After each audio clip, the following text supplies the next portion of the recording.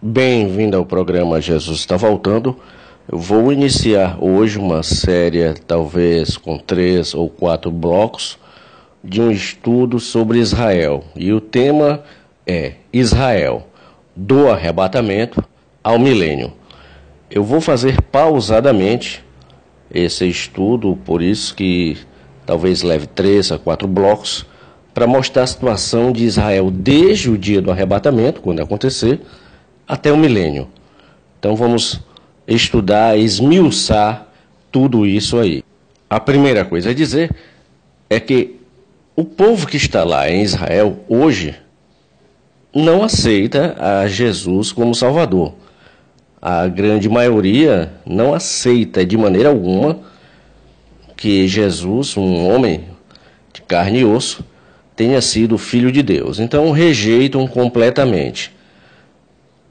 Existem hoje também os que são chamados judeus messiânicos. E o que é isso? São aqueles que reconhecem a Jesus como seu Salvador. E na hora do arrebatamento, esses judeus que são messiânicos também serão arrebatados. A história de Israel, dentro desta perspectiva do arrebatamento ao milênio, que eu estou começando agora esse estudo, começa sua nova história com o surgimento do líder mundial, que vai ser o Anticristo. Em Daniel, capítulo 9, no verso 27, está dito: e ele firmará aliança com muitos por uma semana. São semana de anos, 7 anos. E na metade da semana, ou seja, 3 anos e meio, fará cessar o sacrifício e a oblação. Esta passagem aqui mostra e prova que haverá um templo. Se você procurar na Bíblia, não existe falando de terceiro templo, mas existem pontos que provam que haverá. Para este que vai fazer aliança por uma semana, fazer cessar o sacrifício e a oblação, é porque vai ter um templo construído. Porque os judeus, desde a destruição no ano 70 do templo, que eles não fazem mais o sacrifício e a oblação em um templo. E neste período aqui, Daniel capítulo 9, verso 27, ele vai fazer cessar o sacrifício e a oblação. Uma prova concreta de que vai haver um templo para eles. E sobre a asa das abominações virá o assolador, e isso até a consumação, e o que está determinado será derramado sobre o assolador. E como surgirá esse líder mundial? O que nós temos visto hoje nos noticiários é que Israel está cada vez mais cercado pelos inimigos e estão tentando invadi-lo e destruí-lo de todas as formas.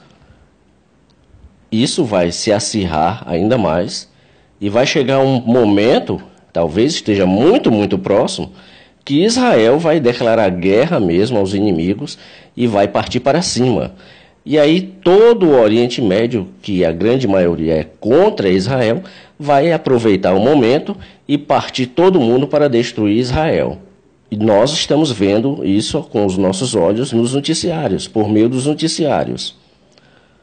A guerra acontece, então surge um líder mundial que vai fazer um pacto de paz no final desta guerra. Ele vai conseguir sanar a situação e vai fazer um pacto de paz de 7 anos. O que está aqui em Daniel: firmará uma aliança com muitos por uma semana. Uma semana são 7 dias. E lógico, no grego é Shabua, e lógico que não existe paz de 7 dias. Aqui é uma semana de anos, ou seja, 7 anos. Aos que ficarem para trás, existe um sinal de quando começa a tribulação. A tribulação começa exatamente quando for assinado esse pacto de paz entre Israel e as nações. E aí é só você contar 3 anos e meio ou 7 anos que você saberá a volta literal de Jesus. Aos que defendem que a igreja passará por 3 anos e meio da tribulação, tem como contar o tempo. 3 anos e meio a partir da assinatura do pacto. Isso os que defendem que a igreja vai passar pela tribulação. E aí fica fácil, os que creem nisso, no final dos 7 anos desse pacto, Jesus volta. E a Bíblia diz que não se sabe nem hora e nem dia, nada sobre isso. Jesus sinalizou a sua vinda para eles, o seu povo judeu. Mas vamos para frente. Tem muita coisa para a gente ver. Com certeza, após assumir o poder perante o mundo, o anticristo vai dar a ordem para que os judeus construam o templo que eles tanto querem. Esse será o terceiro templo dos judeus. Já tiveram o primeiro, que foi destruído na época de Nabucodonosor, o segundo, que foi destruído pelo exército romano com o general Tito. E esse será o terceiro templo, templo da tribulação. Eles já têm tudo preparado, as vestimentas, o urim, tumim, a coroa sacerdotal, o menorá. Os levitas já estão preparados, os rituais já estão sendo ensaiados, só falta uma coisa e já estão trabalhando com muita rapidez, que é a novilha vermelha, porque as cinzas dela é usada na purificação da água e dos utensílios do templo. Então tudo já está pronto. O anticristo dará ordem para que seja construído o templo, e imagine como vai ser a alegria do povo que vai estar lá, o povo judeu. Só lembrando que a igreja não estará mais presente, já terá sido arrebatada, e a história da humanidade vai continuar com os que ficaram para trás e o povo judeu. A igreja não estará mais durante a tribulação. Isso, o canal é pré-tribulacionista, defendemos com unhas e dentes. Quem quiser acreditar noutra corrente, que acredite. Mas, biblicamente, não tem como bater uma coisa com a outra. Já fizemos vários vídeos sobre esse tema, inclusive um recente sobre as bodas do Cordeiro, o casamento judaico, 7 anos, o porquê que a igreja não pode ficar 3 anos e meio, porque a festa do casamento são 7 anos. Já explicamos isso demais. Então você imagina a alegria para o povo judeu em saber que aqueles que eles esperam e pensam que é o seu Messias estar com eles, e diz para eles construírem o templo. Este homem, ele está descrito lá em Apocalipse 6, que é o cavalo branco, o cavaleiro que monta o cavalo branco. Apocalipse 6 está dito: e havendo o cordeiro aberto, um dos selos, olhei e ouvi um dos 4 animais, que dizia com uma voz de trovão: vem e vê. E olhei, e eis um cavalo branco, e o que estava sentado sobre ele tinha um arco, e foi-lhe dada uma coroa, e saiu vitorioso e para vencer. Este cavaleiro aqui, do cavalo branco, a Bíblia fala de 2 cavalos brancos. Esse do capítulo 6 e outro do capítulo 19, que eu vou mostrar aqui a passagem. Por que que esse cavalo branco aqui, que representa uma falsa paz, o anticristo, ao assumir o poder, ele vai fazer enganar as nações com uma falsa paz? Por que que esse cavalo branco aqui representa o anticristo?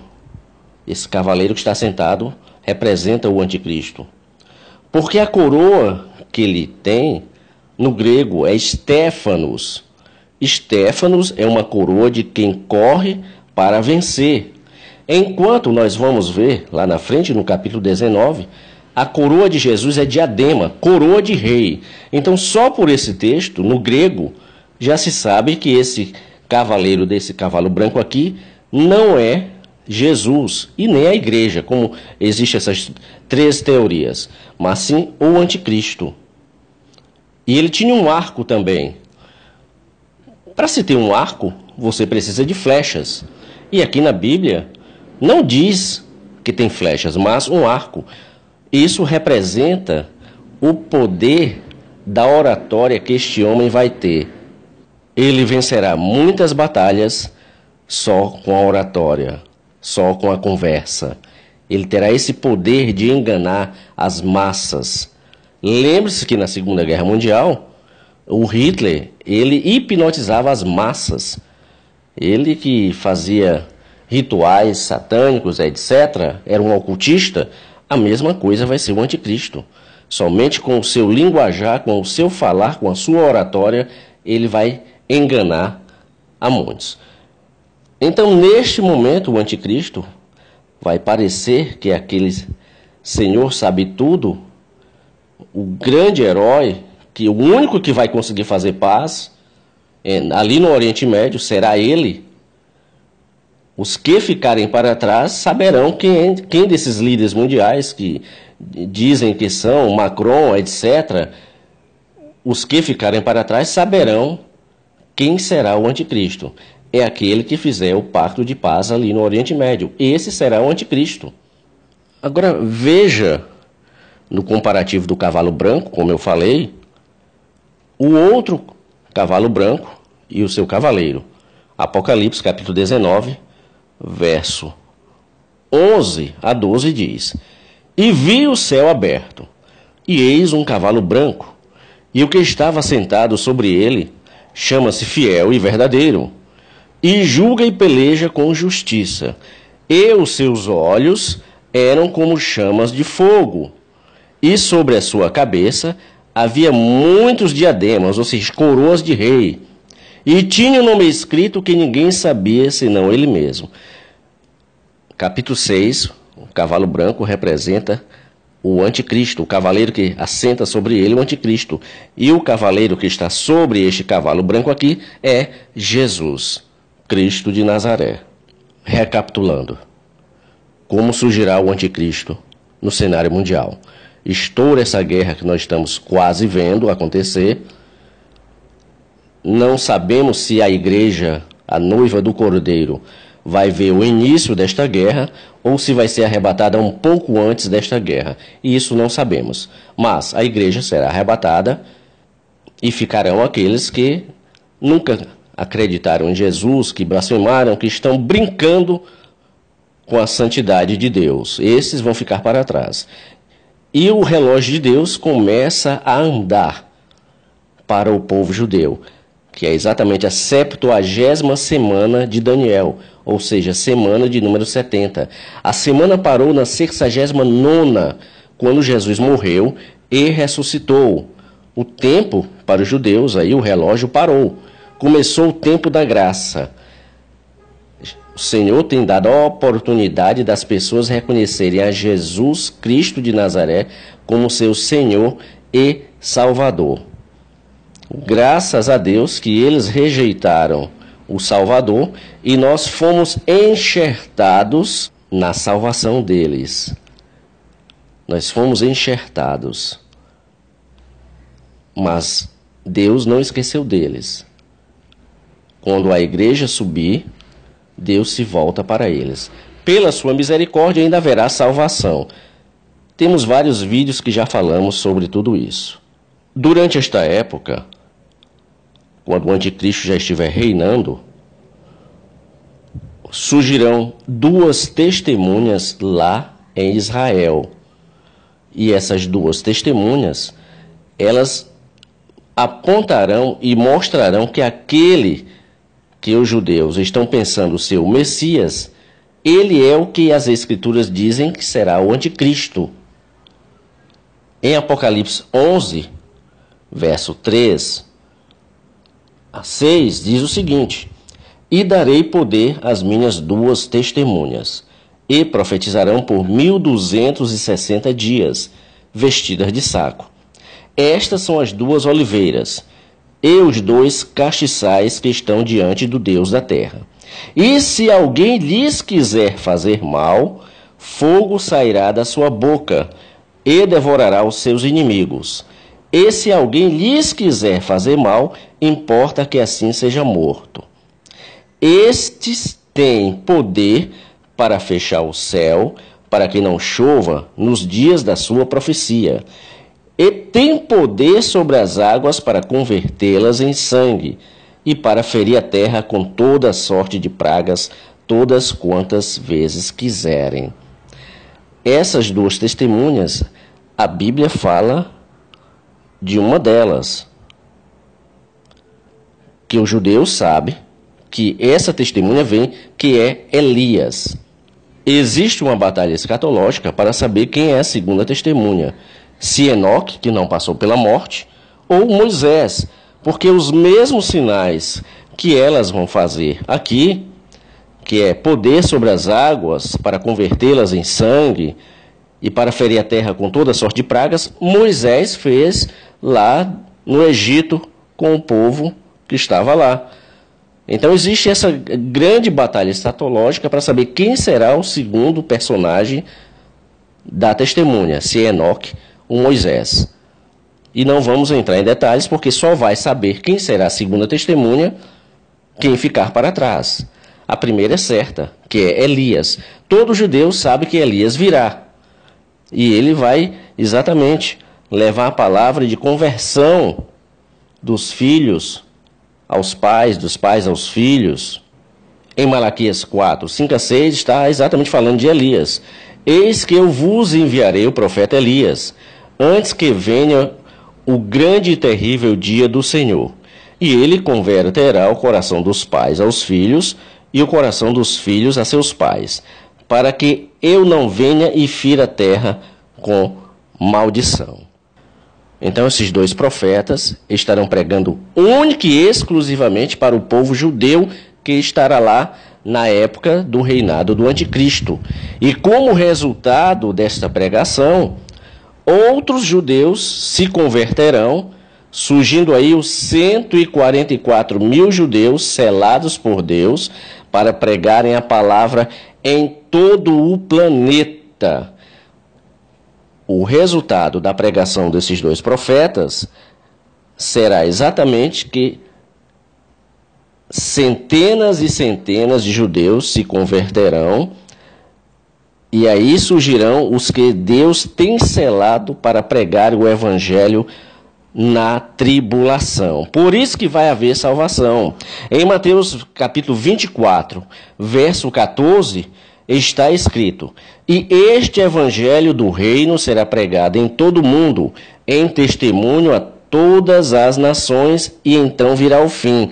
Existe um erro escatológico, que as pessoas dizem que o arrebatamento só vai acontecer quando o evangelho for pregado em todo o planeta. É errado. O evangelho só vai ser pregado em todo o planeta durante a tribulação e por meio dos 144 mil evangelistas judeus em todo o planeta. E este evangelho do reino será pregado em todo o mundo em testemunho a todas as nações, e então virá o fim. Eu vou parar este primeiro bloco exatamente aqui para podermos ir pausadamente. Eu não quero correr, são muitas informações, mas neste primeiro bloco nós vimos o surgimento do anticristo durante esta guerra que vai acontecer no Oriente Médio, e que ele vai fazer um pacto de paz de 7 anos, uma semana de anos, como está lá em Daniel capítulo 9, verso 27. Surgirão duas testemunhas para pregarem exclusivamente para Israel, e do resultado da pregação desses dois profetas, 144 mil judeus, aí não se sabe se isso é literal ou simbólico, simbolizando muitos judeus, e aí não cabe entrar em questão, mas esses 144 mil, a Bíblia fala de 12 mil de cada tribo de Israel. Então 12 vezes 12, 144. Estes vão pregar o evangelho em todo o planeta. São selados por Deus, judeus selados por Deus, para pregarem a palavra de Deus em todo o planeta. Então este foi o primeiro bloco, o tema Israel, do arrebatamento ao milênio. No próximo bloco, veremos como vai acabar este namoro dos judeus com o anticristo. Deus te abençoe poderosamente e fique ligado no programa Jesus está voltando.